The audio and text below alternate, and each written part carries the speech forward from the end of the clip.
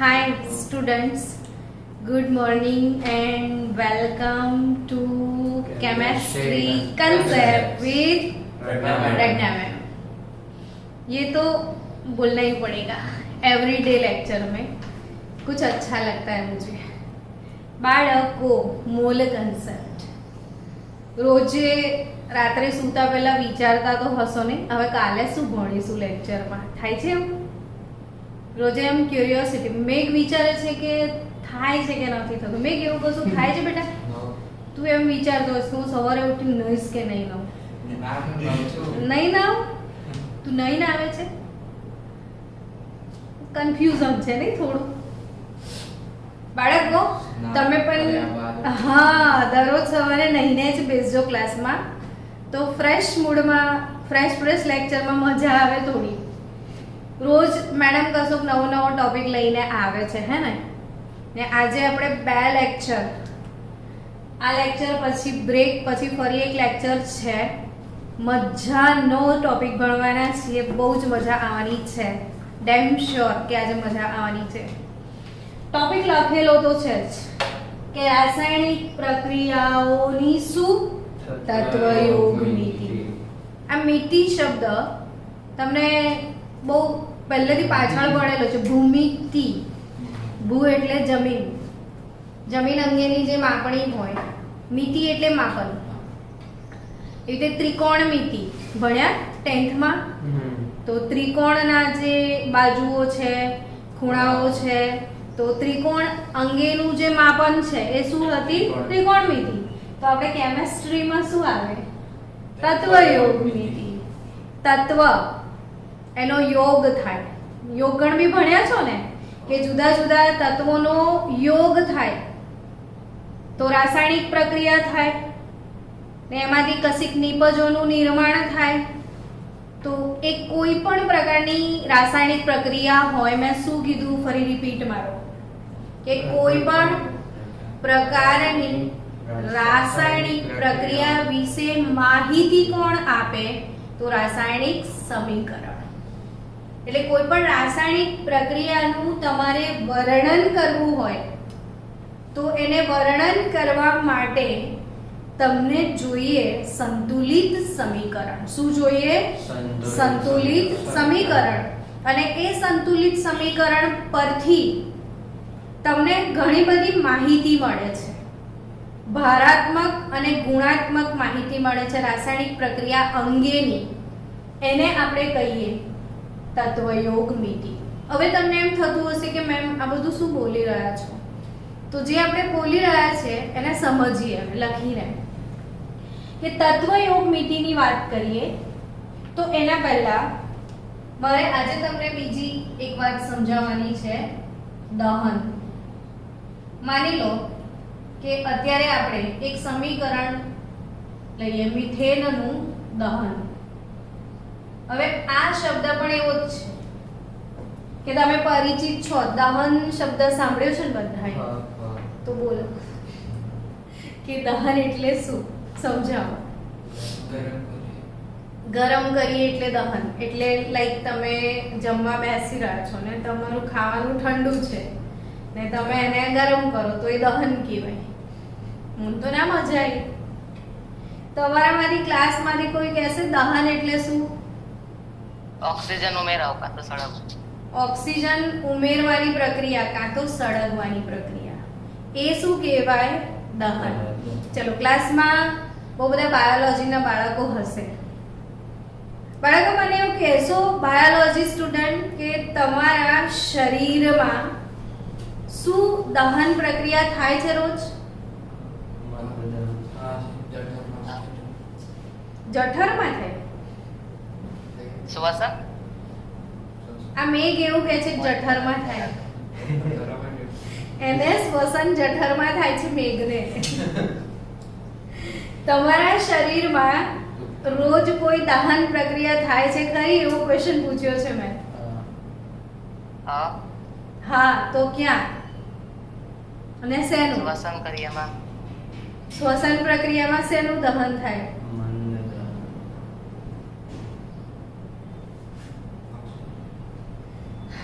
શ્વસન પ્રક્રિયામાં શેનું દહન થાય?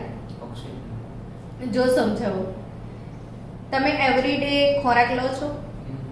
શેના માટે? ના લો તો ના ચાલે. શેના માટે ખોરાક ખાવ છો એવું કહો? શક્તિ મેળવવા માટે. શેના માટે ખાવ છો? શક્તિ મેળવવા માટે. તો જે પણ તમે ખોરાક ખાવ છો ને એ તમારો ખોરાક વનસ્પતિમાંથી જ આવે છે. એટલે તમે રીંગણ, બટાકો, દૂધી કંઈ પણ ખાધું પ્લાન્ટમાંથી ખાધું. હવે વનસ્પતિ પોતાનો ખોરાક પોતાની જાતે બનાવે છે, બધાને ખબર છે. પ્રકાશ સંશ્લેષણની ક્રિયાથી ગ્લુકોઝ બનાવે. એટલે તમે કંઈ બી ખાધું એટલે તમે શું ખાધો? ગ્લુકોઝ. હવે ગ્લુકોઝનું ફોર્મ્યુલા કહેશો મને? C6H12O6.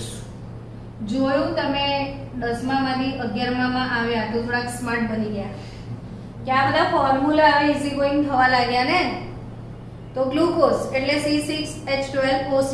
So whatever you it, weather it is બટાકા, વેધર ઇટ ઇઝ टामेटा, कुछ भी आपने खाया मतलब आपने क्या खाया? ग्लूकोज खाया. હવે ખાધા પછી આ જે પણ કઈ ગ્લુકોઝ છે એ તમારા પાવર હાઉસમાં જશે. તમને ખ્યાલ છે બાળકો, બાયોલોજી વાળાને, કે તમારો પાવર હાઉસ કોણ છે? આપણા બધાનું પાવર હાઉસ એટલે કણાભ સૂત્ર. ફક્ત મેઘને જઠરમાં થાય છે આ બધું. તો આપણે બધાને આ પ્રોસેસ ક્યાં થાય છે? કણાભ સૂત્રમાં. હવે કણાભ સૂત્રમાં જે ગ્લુકોઝ જાય, કણાભ સૂત્રમાં જે ગ્લુકોઝ જાય એ કણાભ સૂત્રમાં ગ્લુકોઝનું દહન થાય છે. હા કે ના? થાય ને? કોની હાજરીમાં? ઓક્સિજનની હાજરીમાં. અને ઓક્સિજન એટલે જ તમારે શ્વાસ માટે લેવો પડે છે. એટલે તમારે ઓક્સિજન ના હોય તો શું થાય કે અત્યારે કોરોનાના પેશન્ટને પૂછો તો અત્યારે કેટલા બધા મરી રહ્યા છે ને. રીઝન શું છે? ઓક્સિજનની ડેફિશિયન્સી. વિધાઉટ ઓક્સિજન આપણે સર્વાઈવ કરતા નથી. હવે જે તમે ઓક્સિજન શ્વાસ માટે લીધો એ ઓક્સિજનનો બોડીમાં રોલ શું છે? તો એ ઓક્સિજન ગ્લુકોઝ ના દહનમાં વપરાય. તો હવે તમને દહન એટલે શું ખબર પડી ગઈ કે કોઈ પણ કાર્બનિક પદાર્થ, જો પ્રજ્ઞા મેડમનો સ્ટુડન્ટ હોય ને કોઈ બી શબ્દ વિશે ખોટો કન્સેપ્ટ બોલે તો મને ખોટું લાગે. દરેક શબ્દનો અર્થ ખબર જ હોવી જોઈએ. કે દહન તો મને મનથી ખબર હોવી જોઈએ કે 1 મોલ, 1 મોલ ના લઈએ ને કંઈ પણ, તો કાર્બનિક પદાર્થનું ઓક્સિજન સાથે સંયોજન, અને ઓક્સિજન સાથે કાર્બનિક પદાર્થ ઓક્સિજન સાથે સંયોજાય અને CO2 અને H2O તથા ઊર્જા ઉત્પન્ન કરે. આ પ્રક્રિયાને દહન કહેવાય. તો રિષભ આજે જે વ્યાખ્યા બોલ્યો દહનની, હવે ચેન્જ કરી નાખજે. તો હું પૂછું કે દહન, તો તારો જવાબ શું હશે? કે કોઈ પણ કેવો પદાર્થ? કાર્બનિક પદાર્થ. એનું કોની સાથે સંયોજાવાની પ્રક્રિયા? ઓક્સિજન સાથે. શું પ્રોડ્યુસ થશે? CO2 અને H2O. એ પ્રક્રિયાને આપણે શું કહેવાનું છે? દહન. હવે આ પ્રક્રિયા થઈ, રાસાયણિક પ્રક્રિયા થઈ ને કે ભાઈ ગ્લુકોઝનું દહન એટલે એક રાસાયણિક પ્રક્રિયા થઈ. પણ એ રાસાયણિક પ્રક્રિયાને આપણે એક સંતુલિત રાસાયણિક સમીકરણ વડે દર્શાવવું પડે. તો આ જે સમીકરણ છે તમને ખ્યાલ છે ખરો કે દહનને અંતે શું ઉત્પન્ન થવાનું છે?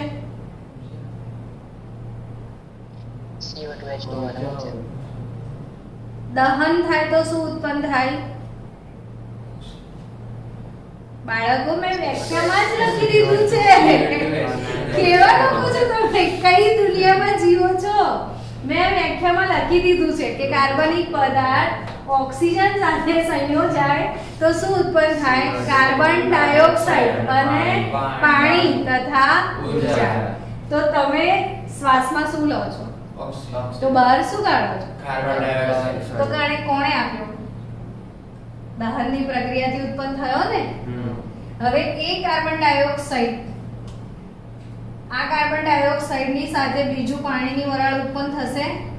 કદાચ તમે એને બી બહાર ફેંકો જ છો, હાગે ને, ઉત્સર્ગ દ્રવ્ય સ્વરૂપે. અને જોડે જોડે શું ઉત્પન્ન થશે? ઉર્જા. અને જ્યારે ગ્લુકોઝ બન્યો હશે ને ત્યારે સૌર ઉર્જાનું અહીંયા સ્થાયીકરણ થયું હશે. સૂર્યમાંથી મળતી ઉર્જા પ્રકાશ સંશ્લેષણ દ્વારા ગ્લુકોઝની અંદર સ્ટોર થાય અને એ ઉર્જા આપણે બહાર કાઢી. જુઓ, એટલે અલ્ટિમેટલી આપણે સૂર્યમાંથી જ ઉર્જા વાપરીએ છીએ. એટલે સૂર્યને ઉર્જાનો મોટામાં મોટો સ્ત્રોત કહેવાય છે. સમજ્યા? તો આ કેમિસ્ટ્રી કે આ જે ગ્લુકોઝ છે એ ગ્લુકોઝનું ઓક્સિજનની હાજરીમાં દહન થયું, મળ્યું શું? કાર્બન ડાયોક્સાઇડ અને પાણી. હવે તત્વયુગ નીતિ એટલે શું? તો કે આ સમીકરણને સંતુલિત કરો. ચલો ટ્રાય કરો કે મારે ક્યાં શું લખવું પડશે. તમે પોતે ટ્રાય કરો. આપણે વિડિયો બનાવવો ઇમ્પોર્ટન્ટ નથી, આપણે લેક્ચરની અંદર ઝીણી ઝીણી વાતોને સમજીએ એ બહુ જ જરૂરી છે. એટલે તમે ખુદ જ ટ્રાય કરો કે આને કઈ રીતે બેલેન્સ કરાય. 302 થશે. Fast. Aryan, Prem, Darsh, Kresha, Tanvi, Hemangini. Hello everyone, girls come on. Hello ma'am, હા मैं बोलूं? હા, બોલ બોલ, બધાને છૂટ છે. 6CO2 6H2O પ્લસ ઉર્જા. આ કોણ બોલ્યું એમ કહી દે હવે. કોણ? હિતેશ. શું? Hitesh. Hitesh. That's good Hitesh. C6H12O6. આ બાજુ 6 મોલ કાર્બન છે તો આ બાજુ 6 મોલ કાર્બન ડાયોક્સાઇડ ઉત્પન્ન થાય. મેઘ, જાગું છું ને બેટા? હા, જાણું છું. એટલે તું જોવા તો નથી ગયો ને કે આ પાટલો કઈ ભરે છે મેડમ? આપણે અહીંયા જ છે, બોર્ડ પર જ પેદા થાય છે. હવે આ કેટલા મોલ હાઇડ્રોજન છે? 12 મોલ. તો અહીંયા શું લખવું પડશે હિતેશ? 6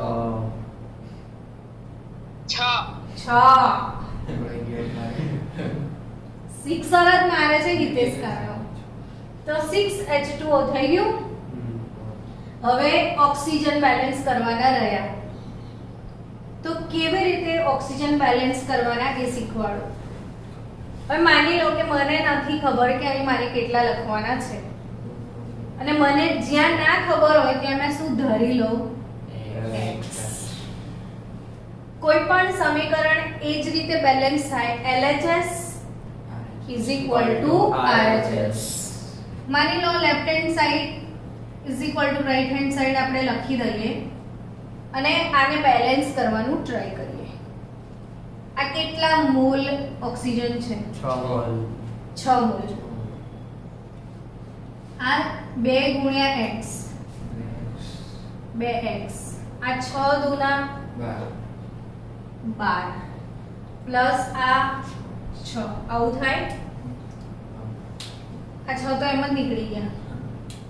2x બરાબર 12 તો x બરાબર 6 થઈ ગયું. આમ બી તમને આવડી જવાનું હતું પણ આ ઈઝી કોઈ ઇક્વેશન હતું એટલે જ્યારે ટફ આવશે તો આપણે આ મેથડ ફોલો કરતા શીખીએ. તો હવે બાળકો આ જે આખું સંતુલિત સમીકરણ મળ્યું એને તત્વયોગ નીતિ કહેવાય. હવે આનાથી શું જાણી શકાય? જો તો હું એવું કહી શકું કે 1 મોલ ગ્લુકોઝ, કશું લખેલું નથી એટલે 1 મોલ થાય. તો 1 મોલ ગ્લુકોઝ 6 મોલ ઓક્સિજન સાથે સંયોજાઈને 6 મોલ કાર્બન ડાયોક્સાઇડ અને 6 મોલ પાણી આપે છે. જોડે શું પેદા થાય છે? ઉર્જા. તો આ ઉર્જા કેટલી ઉત્પન્ન થાય એ બી ગણી શકાય. અને એ થર્મોડાયનામિક ચેપ્ટરમાં તમે આ પ્રકારની ઉર્જા બી ગણતા શીખવાના છો. પણ એ ઉર્જા બી આ તત્વયોગ નીતિ પરથી જ ગણાશે. સમજી રહ્યા છો? તો ટૂંકમાં કોઈ પણ રાસાયણિક સમીકરણ હોય એની ગુણાત્મક અને ભારાત્મક માહિતી એનું રજૂ કરવાની જે રીત છે એને આપણે શું કહેતા હોઈએ છીએ? તત્વયોગ નીતિ. સમજી ગયા? સ્ટોઇકિયોમેટ્રી કહેવાય. શું કહેવાય? સ્ટોઇકિયોમેટ્રી. તો આપણે એ તત્વયોગ નીતિને સમજીએ હજી વધારે ડિટેલમાં. હવે મને ખબર જ છે મારા સ્ટુડન્ટને દહન શબ્દનો અર્થ ખબર પડી ગઈ છે. કોને દહન કહીશું? બધા જ આપણે એક સાથે રિપીટ મારીએ. એક કાર્બનિક સંયોજનનું ઓક્સિજન સાથે પ્રક્રિયા થાય અથવા કાર્બનિક સંયોજનનું ઓક્સિજન સાથે સંયોજાવાની પ્રક્રિયા અને ઉત્પન્ન શું થાય તેમાં હા. હવે આ કેમ યાદ રાખવાનું સમજાવું કે આપણે જ્યારે MCQ પૂછાશે ત્યારે ડાયરેક્ટ જ આપી દેશે કે 2 લીટર ઇથેનના દહન માટે કેટલો ઓક્સિજન વપરાશે અથવા 5 લીટર હેક્ઝેનનું દહન થાય તો કેટલો CO2 પેદા થાય. તો સીધું જ પૂછશે. તો એ વખતે દહન માટેનો સમીકરણ આપશે નહીં. તો સમીકરણ તમને જાતે બનાવવું પડશે. એટલે આપણને સમીકરણ સંતુલન પણ શીખવાનું છે ને એ શબ્દનો અર્થ બી કે દહન એટલે શું ખબર જ હોવી જોઈએ. તો મેં અહીંયા બોર્ડ પર શું લખ્યું છે? મિથેનનું દહન. તો હું મિથેનનું દહન લખું છું તો એ મિથેનનું દહન સમીકરણ આખું તમને જાતે આવડવું જોઈએ. તો મિથેનનું સૂત્ર શું? CH4 વાયુ છે કે પ્રવાહી? વાયુ. મિથેન, ઇથેન, પ્રોપેન ને બ્યુટેન આ 4 વાયુ. પેન્ટેન વાયુ પ્રવાહીનું મિશ્રણ. થોડો થોડો વાયુ, થોડો થોડો પ્રવાહી. એના પછી નીચેવાળા પ્રવાહી અને પછી બહુ જ કાર્બન વધી જાય તો ઘનતા વધી જાય તો એના પછી વાળા બધા ઘન. 18 પછી બધા ઘન. તો મિથેન વાયુ. ઓક્સિજન શું છે? વાયુ. આ મારે પૂછવું પડે, મને ભરોસો નહીં મારા પર. હવે બનશે શું એવું કહો? CO2 વાયુ ને દહનની પ્રક્રિયા છે એટલે પાણીની વરાળ છૂટી પડશે પ્લસ ઉર્જા. હવે આ સમીકરણને બેલેન્સ કરતા શીખવાડી દે હિતેશ. ચલ ફાસ્ટ.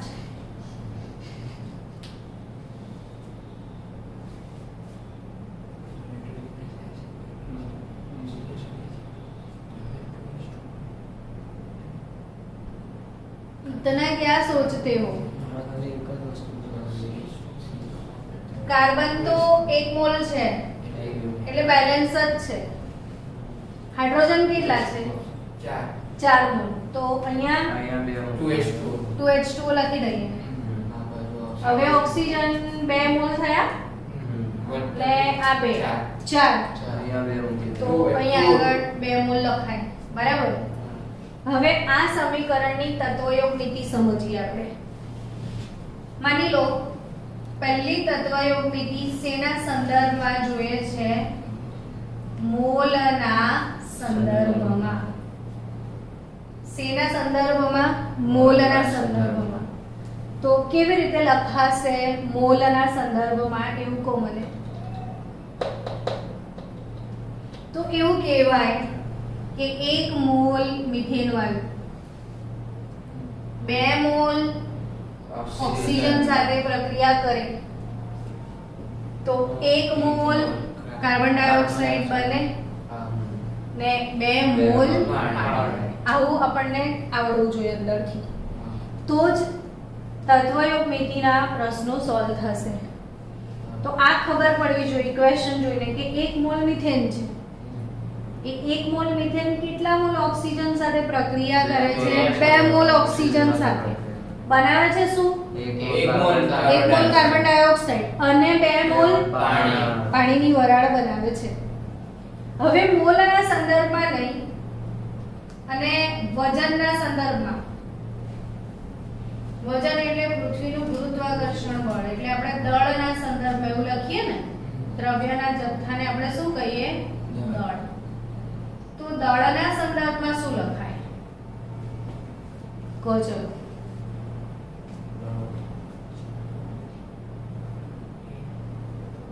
હમણાં છે ને મેઘ તો જવાબ આપી જ દેવાનો છે. હો, તમે લોકો આન્સર આપો એ પહેલા મેઘ બોલી જશે. હો, પછી કહેતા નહીં કે બોલ્યા વાત બોલ્યા. ફાસ્ટ. દળના સંદર્ભમાં નથી બોલવું તારે. તો મિથેનનો આણ્વીય દળ કેટલો? આ 1 મોલ છે ને, 1 મોલ મિથેન છે ને, તો 1 મોલ મિથેનનું ગ્રામમાં વજન કેટલું થાય? 16 ગ્રામ. તો 16 ગ્રામ મિથેન 2 દુના 4, 64 ગ્રામ ઓક્સિજન સાથે સંયોજાયો. 16 ગ્રામ મિથેન માટે 64 ગ્રામ ઓક્સિજનની જરૂર પડી કે નહીં? અને 16 ગ્રામ મિથેન 64 ગ્રામ ઓક્સિજન સાથે સંયોજાઈને કેટલા ગ્રામ CO2 બનાવે છે? 44 ગ્રામ CO2 બનાવે છે. અને 18 દુને 36 ગ્રામ પાણી ઉત્પન્ન કરે છે. આ રીતે સમજવાનું છે. તો એવું બી કહી શકાય કે 1 મોલ મિથેનનું દહન થાય. શું? 1 મોલ મિથેન તો 44 ગ્રામ CO2 પેદા થાય. 1 મોલ મિથેનનું દહન થાય તો 44 ગ્રામ CO2 પેદા થાય. આવું પણ કહેવાય. દળના સંદર્ભમાં નથી લેતા, અને જો તમારે અણુના સંદર્ભમાં લેવું છે કે કેટલા અણુ સાથે પ્રક્રિયા કરે છે, એવું બી તો કહેવાય.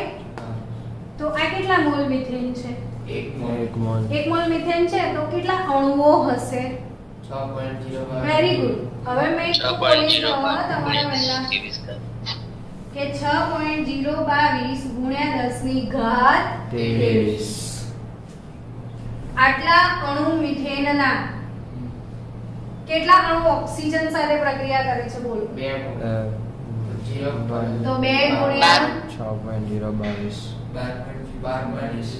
એટલે 12.044 ગુણ્યા 10 ની 23 ઘાત અણુ સાથે પ્રક્રિયા કરે તો 6.022 ગુણ્યા 10 ની 23 ઘાત અણુ કાર્બન ડાયોક્સાઇડ ના બનશે.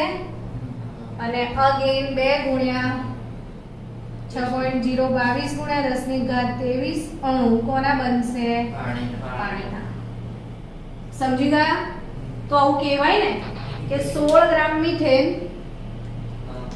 64 ગ્રામ ઓક્સિજન સાથે સંયોજાઈને 6.022 ગુણ્યા 10 ની 23 ઘાત અણુ CO2 ના બનાવે છે. આવું પણ કહેવાય. અંદર ગમે ત્યાં ફરી શકાય, ક્યાંયથી ક્યાંય રિલેશન બનાવી શકાય. સમજી રહ્યા છો? જો અણુના સંદર્ભમાં ના લઉં ને હું કદના સંદર્ભમાં લઉં તો તમને બધાને દૂરથી બી દેખાય છે કે આ બધા જ ગેસ છે.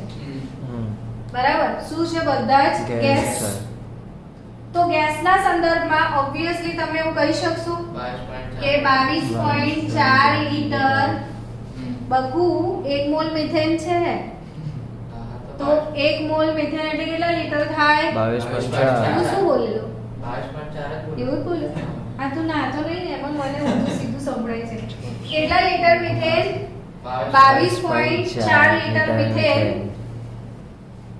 2 ગુણ્યા 22.4 લીટર ઓક્સિજન સાથે જોડાય તો 22.4 લીટર CO2 પેદા કરે અને 2 ગુણ્યા 22.4 લીટર H2O ઉત્પન્ન કરે. હવે તમે ગેલ્યુસિકનો વાયુમય કદનો નિયમ મેં તમને વિડિયો મોકલેલો છે. 4 વિડિયો મોકલ્યા છે બચ્ચાઓ. રાસાયણિક સંયોગીકરણના નિયમના એક નિશ્ચિત પ્રમાણનો નિયમ, પછી ગુણક પ્રમાણનો નિયમ, સંયોજિત ભારનો નિયમ પણ શીખવાડ્યો છે અને એમાં ગેલ્યુસિકનો વાયુમય કદનો સિદ્ધાંત શીખવાડ્યો છે. અહીં આગળ ગેલ્યુસેકનો વાયુમય કદનો સિદ્ધાંત જો તમે ફોલો કરો તો તમને એક વસ્તુ દેખાય, બધામાં 22.4 લીટર કોમન છે, તો એને નીકાળી દઈએ બહાર, કોમન લઈએ તો એવું બી કરી શકાય. ગેલ્યુસેક અંકલે એવું કીધું છે કે જ્યારે બધું વાયુ હોય, જ્યારે બધા સ્પીસીસ શું હોય, વાયુ, તો એવું કહી શકાય ડાયરેક્ટલી કે 1 લીટર મીથેન 2 લીટર ઓક્સિજન સાથે સંયોજાય તો 1 લીટર CO2 ને 2 લીટર પાણી આપે છે. આવું ડાયરેક્ટલી કહી શકાય. એટલે તમારે આવું 22.4 લીટર એક મોલ તરીકે ના લેવું હોય ને સીધું 1 લીટર 2 લીટર 1 લીટર 2 લીટર કેવું હોય તો પણ કહેવાય. એવું કોણે શીખવાડ્યું છે? ગેલ્યુસેકનો નિયમ છે, વાયુમય કદનો સિદ્ધાંત. તો વિડિયો છે, જુઓ પ્લેલિસ્ટમાં. ચલો, તો આજે હું એ 4 વિડિયોનું હોમવર્ક કાલે ચેક કરી લઈશ તો થઈ જશે ને આપણું કામ. ચલો, કદના સંદર્ભમાં ખબર પડી ગઈ? તો આ છે રાસાયણિક તત્વયોગમિતિ. હવે બધા સ્ક્રીનશોટ લઈ લો યા લખી લો. હું તમને બીજું એક સમીકરણ આપું છું, એની તત્વયોગમિતિ તમે આ બધાના સંદર્ભમાં લખો ને પછી આપણે થોડાક એવા સમીકરણો સોલ્વ કરીએ. ચલો, હું તમને બીજું ઇક્વેશન આપું છું એમોનિયાની બનાવટનું. કેટલા લોકોને એમોનિયાની બનાવટ ક્લાસમાં આવડે છે? બોલો, એમોનિયા વાયુની બનાવટ. એમોનિયા આપણે એટલો બધો 11-12 માં ભણવામાં આવે છે. એમોનિયા આખા વર્ષમાં કદાચ એને બિચારાને 200 વાર યાદ કરીશું. તો એમોનિયાનું અણુ સૂત્ર છે NH3 ગેસ. તો સમીકરણ બોલો, N2 gas plus 3H2 gas gives to NH3 gas. ચલો, આની તત્વયોગમિતિ લખો મોલના સંદર્ભમાં, દળના સંદર્ભમાં, અણુના સંદર્ભમાં અને કદના સંદર્ભમાં. રુદ્ર. ચલો સ્ટુડન્ટ્સ, આ સમીકરણની તત્વયોગમિતિ લખી કે ના લખી? N2 ગેસ આવડી? હેલો, મીટિંગમાં બેસેલા મારા પ્યારા વિદ્યાર્થીઓ, આન્સર આપો કે તમે આ સમીકરણની તત્વયોગમિતિમાં સમજણ પડી કે નહીં પડી? મોલના સંદર્ભમાં શું લખ્યું આમાં? મોલના સંદર્ભમાં શું આન્સર આપ્યો? બોલો બાળકો. 6. શું 6?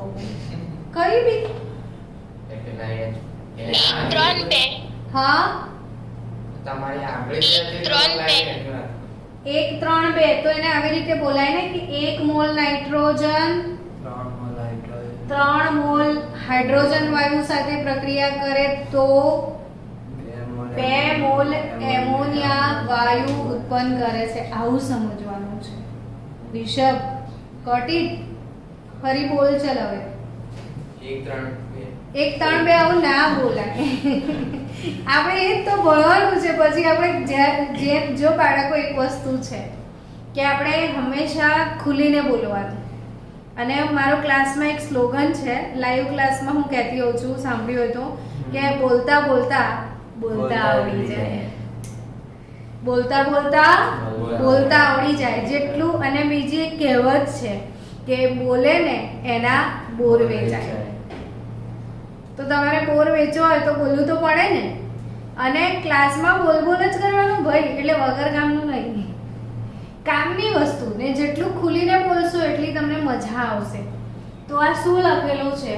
1 મોલ નાઇટ્રોજન 3 મોલ હાઇડ્રોજન સાથે પ્રક્રિયા કરે તો 2 mole ammonia. That's a spirit. Don't be ગબ્રીફાઈડ. સમજ્યા? ચલો, હવે મોલના સંદર્ભમાં આવડી ગયું ને બધાને. તો બીજું અણુના સંદર્ભમાં બોલો. ચલો, દળના સંદર્ભમાં બોલો.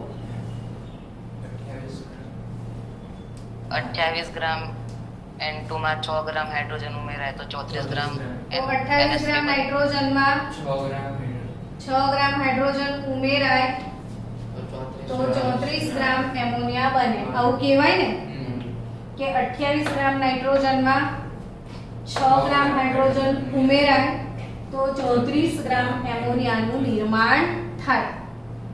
તો બીજું શું કહી શકાય બોલો? મોલના સંદર્ભમાં તો હમણાં કહી દીધું. તો અણુના સંદર્ભમાં કે લીટરના સંદર્ભમાં, કદના સંદર્ભમાં બોલો, કદના સંદર્ભમાં 1 લિટર ગેલ્યુસેકનો વાયુમય કદનો સિદ્ધાંત તમે વાપરી શકશો. 1 તો 1 લિટર નાઇટ્રોજન 3 લિટર હાઇડ્રોજન સાથે પ્રક્રિયા કરીને 2 લિટર અમોનિયા બનાવે છે. સમજી ગયા? તો આ થઈ તત્વયોગ મિતિ. હવે આ તત્વયોગ મિતિ ક્યાં વાપરવાની?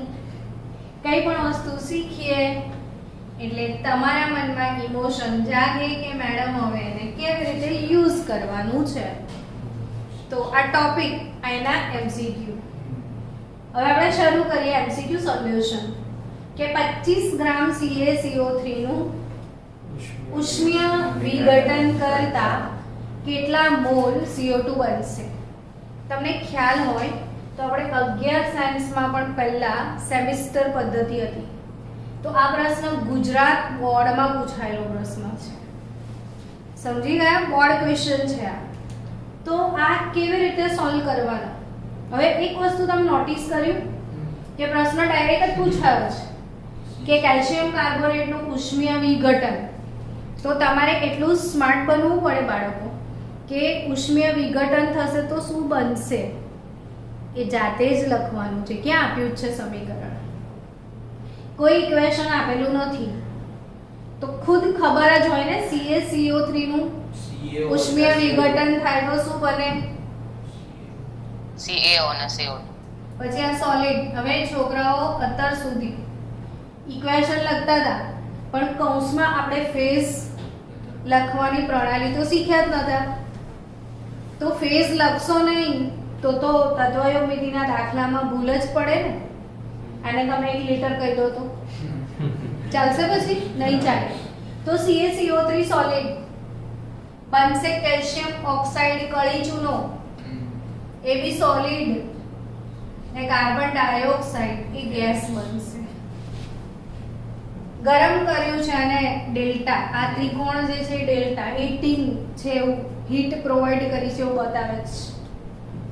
તો કેલ્શિયમ કાર્બોનેટનો ઉષ્મીય વિઘટન, હવે સમજાયું કે કોઈ એક જ અણુ હોય ને તૂટીને એના ટુકડા થાય, આ પ્રક્રિયાને વિઘટન પ્રક્રિયા કહેવાય.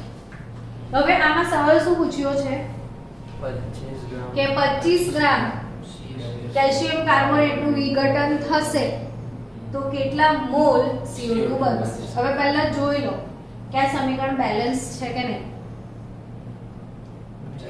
બેલેન્સ છે, બરાબર?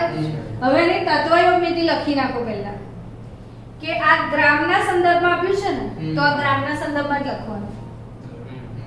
અહીંયા દળ આપ્યું છે તો આ દળ લઈ લો. તો આ CaCO3 1 મોલ છે ને, આ તો કેટલા મોલ છે? આ 1 મોલ છે. તો 1 મોલ નું દળ કેટલું છે? 100 ગ્રામ. 100 ગ્રામ. એટલે આનો આણ્વીય દળ 100 ગ્રામ થયો. હવે પ્રશ્ન શું પૂછે છે સમજો. કેટલા મોલ CO2 બન્યો? એટલે CO2 ને તમારે મોલના રેફરન્સમાં લેવાનો છે. Yes or not? યસ. આ મોલના રેફરન્સમાં લેવાનો છે, આ ગ્રામના રેફરન્સમાં લેવાનું નથી, કારણ કે એને ક્વેશ્ચનમાં શું પૂછ્યું છે? મોલ. હવે આ સમીકરણની તત્વયોગ મિતિ શું કહે છે સમજો કે 100 ગ્રામ CaCO3 તમે લો. કેટલો લો? 100 ગ્રામ. તો 100 ગ્રામ કેલ્શિયમ કાર્બોનેટ તમે લો તો 1 મોલ CO2 પેદા થાય. તો તમારે અહીંયા લખવાનું, હા એક્ઝેક્ટલી, કે 100 ગ્રામ કેલ્શિયમ કાર્બોનેટ ના ઉષ્મીય વિઘટનથી 1 મોલ CO2 ઉત્પન્ન થાય. 25 ગ્રામે તો 25 ગ્રામે કેટલા? અને મારા છોકરાઓ થઈ ગયા હોશિયાર. આવડી ગયું ને? તો 25 ભાગ્યા 100 1/4 0.25 મોલ CO2 ઉત્પન્ન થાય. આવડી ગયું? આ તો ગુગલી બોલ હતો. ચોકલેટ હતી નાનકડી આલ્પેનલીબે. પણ આવી મસ્ત ચોકલેટો પહેલા ખાતા આવડે, નાની નાની ચોકલેટો, તો પછી આપણે સિલ્ક તરફ જવાય. હે ને, સિલ્ક ખાવી છે ને? નાયા ધોયા વગર સિલ્ક ના ખવાય બેટા, એના માટે ના. હા, તું ગપ્પા ના માર. તારું મોઢું કઈ આપે છે કે આજે હા તો તું કેવું નાયો એમ કે હર હર ગંગે ચુબ્બે નંગે, ખાલી આમ વરાડ કે એવું તો નથી ને? આ અરીસાની સામે આમ ઊભો રહ્યો હશે, એક ગ્લાસ પાણી ભર્યું હશે, અરીસા પણ નાખી દીધું, પછી કે હાસ નહીં લીધું. આ તો એવું જ આવ્યો છે. બાથરૂમમાં? હા, પણ બાથરૂમના અરીસાની તો વાત કરું. 3 વાર બોલી દીધું, મેં નહીં લીધું એટલે. 3 વાર બોલી એટલે નહીં લીધું. 3 લોટા પાણીમાં.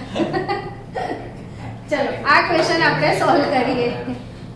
આ ક્વેશ્ચનને સોલ્વ કરીએ કે એલ્યુમિનિયમ ધાતુની, અને એલ્યુમિનિયમ ધાતુ એટલે સોલિડ, આટલું તો ખબર પડી ગઈ. કોની સાથે પ્રક્રિયા કરે છે આ લોકો? ઓક્સિજન સાથે, O2. તો Al2O3 નીપજે, Al2O3 નીપજી ગયો. ચલો ક્વેશ્ચન શું પૂછે છે? કેટલા ગ્રામ એલ્યુમિનિયમ વપરાશે? હવે અહીંયા કેટલા મોલ એવું કીધું છે? 1.5 મોલ. અને બેલેન્સ કરો તો 3/4 જ આવશે. તો 1.5 એટલે 3/4 થયું. હવે પ્રશ્ન શું પૂછે છે કે એલ્યુમિનિયમ ધાતુની 1.5 મોલ ઓક્સિજન સાથે પ્રક્રિયા થઈ, Al2O3 નીપજે ત્યારે કેટલા ગ્રામ એલ્યુમિનિયમ વપરાશે? તો પ્રશ્ન એ Al2O3 ના ગ્રામ આપ્યા છે કે નહીં? આટલું સાટલું જ આપ્યું ये છે. तो 26 27 है नहीं ये वाणी तो તો સિમ્પલ ઇક્વેશન બની ગયું. Al2O3 નીપજી ગયો, जो દોડમાં તો આટલું જ વપરાશે ને. ચલો બચ્ચાઓ, આ સમીકરણ તમને બેલેન્સ ઇક્વેશન હોય એવું લાગે છે એમ તો પહેલા નથી ને? તો 3.5 O2 એટલે 3/2 ગુણ્યા 2 કરો તો 3 મોલ ઓક્સિજન. તો છે 3. એવું ના તો છે જ. તો આ બાજુ 2 મોલ એલ્યુમિનિયમ લેવાના છે. થઈ ગયું બેલેન્સ. હવે કમ્પ્લીટ. પાર્ટીને બોર્નવિટાની જે છે અસર દેખાય છે. પીધો બોર્નવિટા? ભાઈ ક્લાસમાં તમે બધા બોર્નવિટા પીધો જ ખરો આજે? બોર્નવિટા પીશો તો દહન થશે ને. ચલો તો આ સમીકરણ બેલેન્સ થઈ ગયું કમ્પ્લીટ. હવે તો હવે શું કહી શકો તમે કે 1.5 મોલ ઓક્સિજનમાંથી Al2O3 બનવા માટે કેટલા મોલ એલ્યુમિનિયમ વપરાયો? 2 મોલ Al વપરાય. સવાલ બી તો એ જ પૂછ્યો છે. તો 2 મોલ એટલે કેટલા ગ્રામ? તો એલ્યુમિનિયમનું 27. પાક્કું 27? કોણ બોલ્યું? 26 હા હા 27 જ આવે છે. તો 27 દુ 54 ગ્રામ. તો આ ટાઈપના આ નાના નાના પેલી કહેવાય ને કચ્ચા મેંગો, આલ્પેનલીબે આવી ચોકલેટો ખાધી. આના પછીના લેક્ચરમાં તમને હેવી ડોઝ આપીશ. થોડીક ભારે ચોકલેટ યા તો પેરાસિટામોલ ખવડાવીશું. તો આ તમને સમજ પડી ગઈ હશે એવું મને થોડું લાગે છે.